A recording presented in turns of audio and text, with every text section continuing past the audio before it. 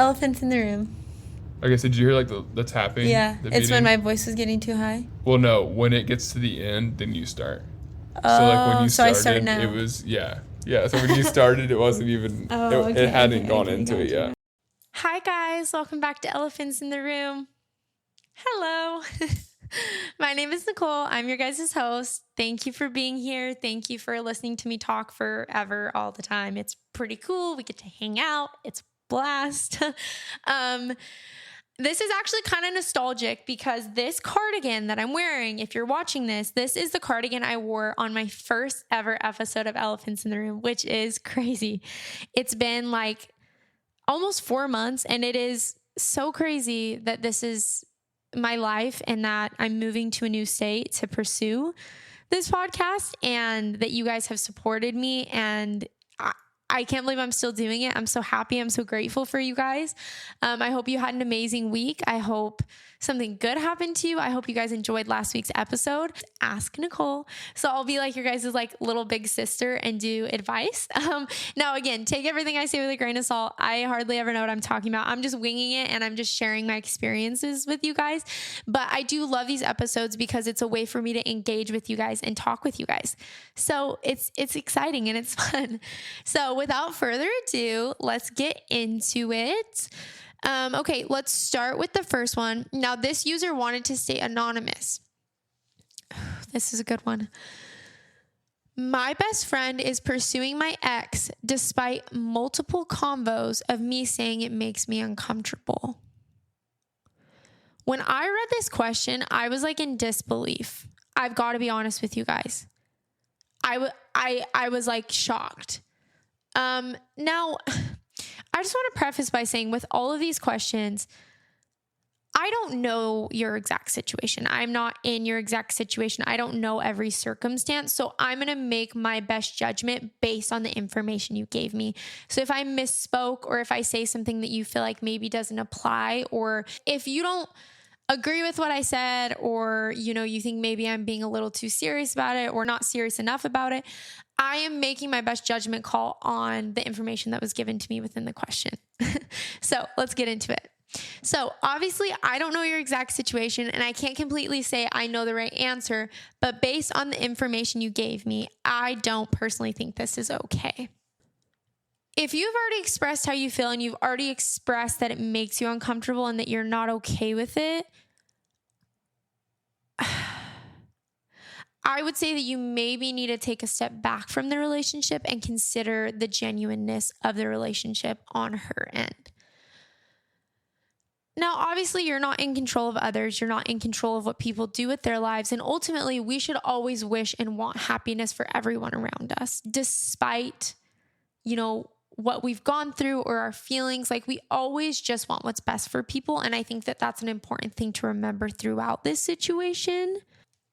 But just because you can wish someone the best and want happiness for someone, that doesn't mean you need to put yourself in a situation to continually be hurt or disrespected, devalued, or not considered. I think the first and the most important thing, depending on the severity of the situation, how close are you with this friend, which you did say best friend. So in my eyes, that's pretty close.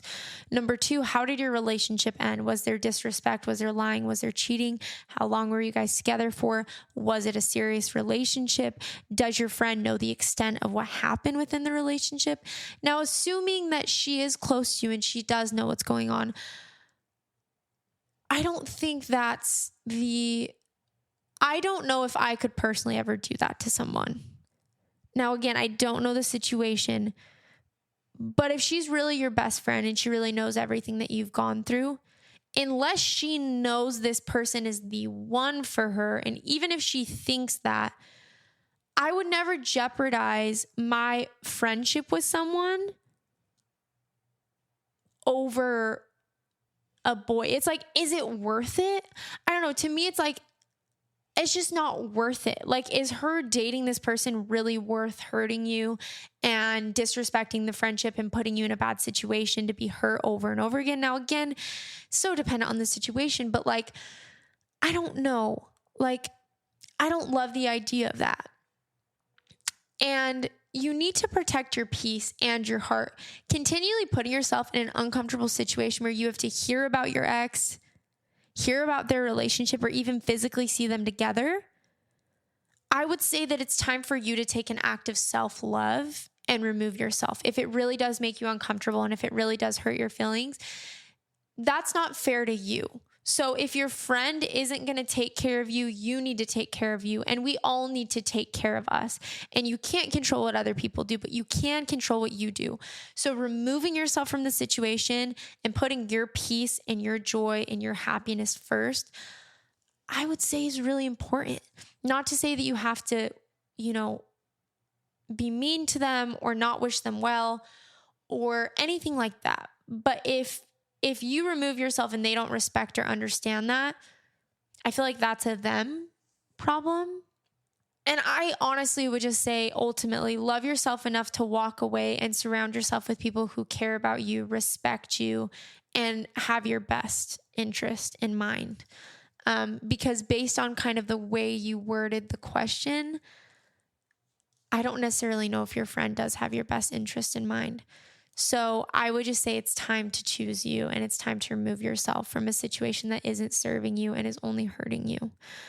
I personally would never do that to someone. And I also don't know if I'd ever be okay with being in a close friendship with someone who would ever do that to me personally. Okay. The next question is from Better For You. And they asked, how do I forgive someone when it's really hard? This one's a hard one. I've definitely experienced a lot of struggle in my life with forgiveness for others and for myself.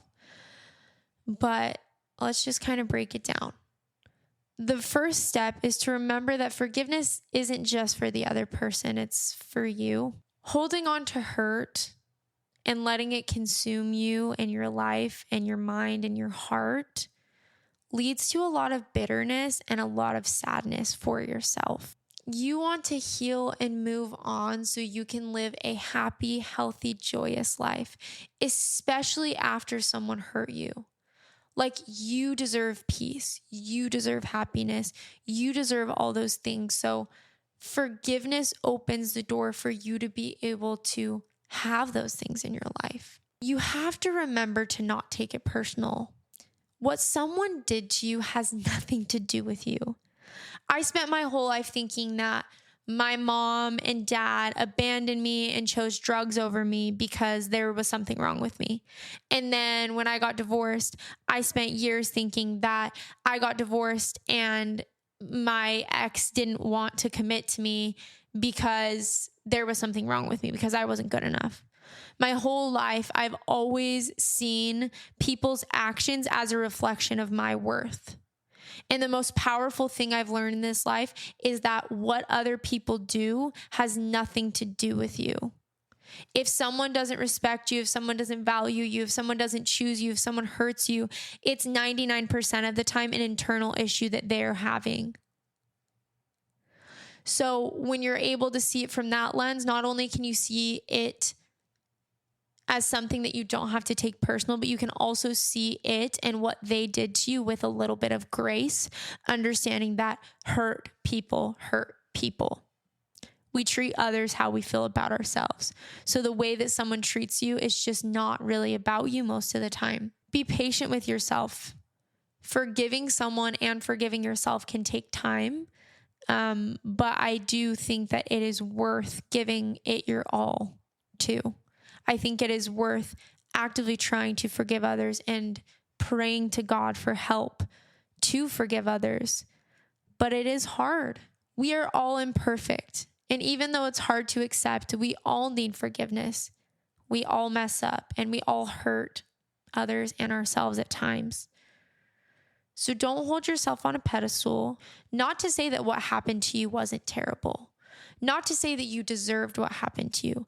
Not to say that that person shouldn't have to face consequences for what they did to you. But all of us make mistakes. Big or small. We all hurt people and we all hurt ourselves at times.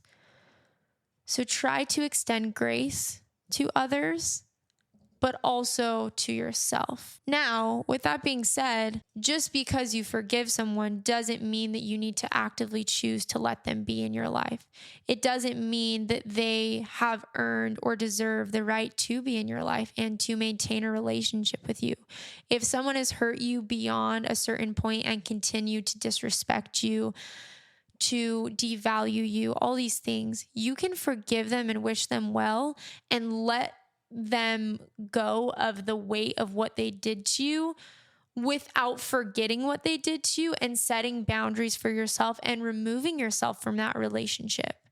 There's nothing wrong with that. Those things can coincide. You can forgive someone and also know that you love yourself enough to not continue to have them in your life, or at least to that capacity, and set boundaries with them. Let go of control. You're not in charge of people and what they do. I've spent so much of my life saying, if I would have done this different, if I looked like this, if I had this, if I was better, if they loved me more, maybe it would have been different. And I had to come to a certain point where I had to let go. I had to let go of trying to control the outcome. I had to let go of trying to people please my way out of bad situations.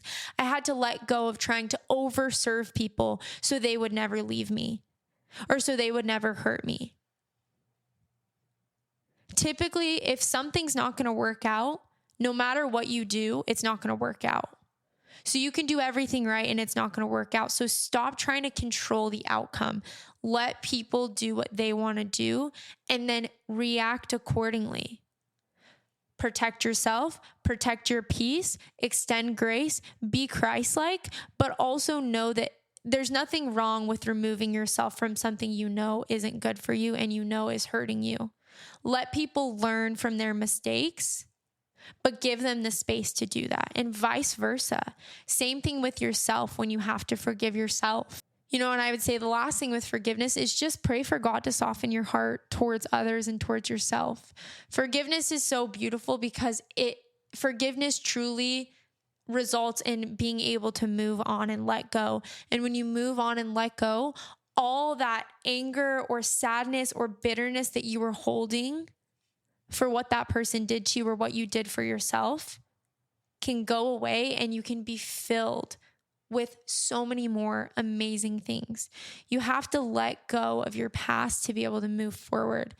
Not that you can't, not that you're going to forget about it, but forgiving is important. Forgive, don't forget. Okay, the next question is they wanted to remain anonymous, and it is, I'm 24, going through a separation and then divorce. Would love all and any advice. This question resonated with me so much because, as many of you guys know, I'm divorced, and that was one of the most traumatic times of my life. It's when I hit rock bottom. So I just want to start by saying I see you. I love you. I don't know your exact situation. I don't know exactly what you're going through, but I know how painful divorce is. It is something I wouldn't wish on my worst enemy. It is by far the hardest thing that I've ever been through in my life. And anyone who's ever experienced it understands how absolutely heart-wrenching and terrible and evil and just painful and devastating that it can be. There's something I want to tell you that people told me and I never listened, but I hope you take my advice. Your life isn't over, and your love story isn't over either. I don't know what the future holds for you. I don't know who you're going to be with. I don't know what's going to happen to you. But what I do know is that your story isn't over, and your love story, whoever that may be with, isn't over. There is always room for love after a divorce. And all of the lies that society tells us, that we're broken, that we're damaged, that we're not as high of value as people who aren't divorced, is untrue. It's untrue. You are so beautiful and so special inside and out. And you are God's creation, and he loves you, and he made you wonderful. And all things are made new by Christ. So cling on to him during this time. Pray for guidance, pray for strength. Obviously, if you can work it out, work it out. I believe marriage is biblical, and I do believe God wants us to be married and stay married. But obviously, there are some circumstances. So just know that God sees you, he hears you, and he wants healing for you. And then what I wanted to say is, here are some things that helped me. Focusing on one day at a time. Don't think too far ahead. When I was going through my divorce, I used to get so overwhelmed because I would think so far ahead, and I was so scared of the future because I didn't know what was going to happen, and I catastrophized, and I would always just think the worst things. So focus on one day at a time. My therapist used to tell me, Nicole, all you need to get through is the next 60 seconds. And then after that, all you need to get through is the next 60 seconds. And then after that, all you need to get through is the next 60 seconds. So stop thinking so far into the future and just focus on getting through every single day. Therapy, spending all and any time you can with a therapist and with a professional will help you to work through some of those wounds, and you'll be able to start to see your partner's unhealthy behaviors and also yours, and it will help you heal. It will help you make sense of things. It will help bring you peace and comfort, having an explanation and having, some things make more sense. It'll help you to develop healthy coping mechanisms. Therapy is just good for so many things. It's a safe place where you can vent with someone who just has your best interest and isn't biased. The next thing that helped me is obviously my relationship with Jesus Christ. He healed me from the inside out, and he comforted me, and he supported me through my divorce every step of the way. So if you love the Lord, I would say cling to the Lord. Make him your number one priority. Make him everything. And really fall into his love for you. And that will help you see that you are enough, and that he is enough, and his love is enough. And then community, find people that love you, that support you, that have your best interest, and surround yourself with them. One thing that helped me was confiding in people who had been through similar situations. So people that helped me feel validated and heard and understood. If there's, a divorce support group or someone who's been through something similar, talk to them. That always helps. Practice healthy coping skills. If you don't know what those are, look them up. But anything that brings you peace, joy, rest, and is good for you, do them.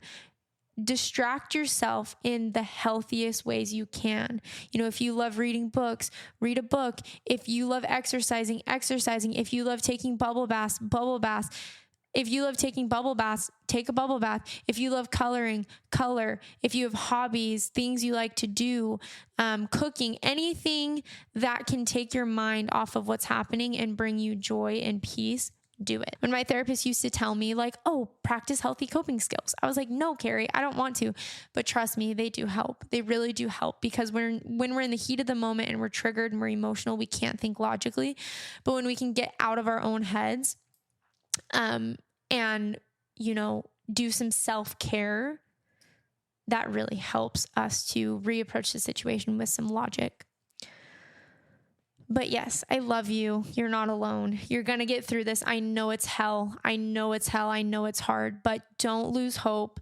Don't lose hope in your life. Don't lose hope in you, and don't lose hope on God. I promise you. Don't lose hope on love either. User Nana Wazabel said, how do you deal with bad mental health days? Bad mental health days are rough, and there's no perfect blueprint for how to deal with them, but here are some of the things that help me. Number one, try to identify what you are feeling and validate yourself. I think the worst thing we can do when we're having a bad mental health day is beat ourselves down to the ground and say, why do I feel this way? I shouldn't feel this way. I'm too lazy. I'm a failure. I suck. There's something wrong with me. No. You need to identify if something triggered you, or if you're feeling a certain emotion, if you're feeling anxious, depressed, sad, overwhelmed, stressed, anything, identify why. Identify why. And when you can identify why, you can start to validate yourself and say, okay, I can see why I feel this way and I can see why that's affecting me. And that's okay. You have to find self-validation. Don't gaslight yourself into thinking that there's something wrong with you because you're having a bad day. We all have bad days. We just don't openly talk about them. I like to pray to God for strength, peace, and comfort to get through that bad day. That's what always helps me. Remember that your thoughts are not your reality. So just because you're having a bad thought about yourself or about something doesn't mean that that's your reality. Your thoughts don't define you or your situation, and they really can weigh you down if you give too much weight to them. Practice healthy coping skills. If you have the energy, practice healthy coping skills. Now, if you don't have the energy to practice healthy coping skills, rest. Rest. Whatever rest looks like for you. Laying and taking a nap, reading a book, watching a TV show, reading your Bible. Rest. Don't get mad at yourself for resting. With that being said, do something that brings you joy. Do something that helps bring you out of that dark place. Do something that distracts you from the thoughts in your head. Do something that brings you joy and can get you out of your own head. Treat yourself. Go buy a treat, go buy a drink, go buy something that makes you feel good. There's nothing wrong with that. And just remind yourself that you're not alone. We all struggle and tomorrow's a new day. Okay.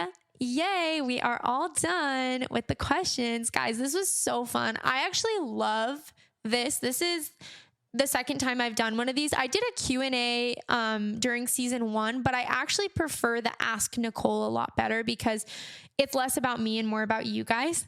So I love being able to, try to help give advice and try to help share some of my messy life story with you guys to maybe help you guys feel less alone. But again, take my advice with a grain of salt.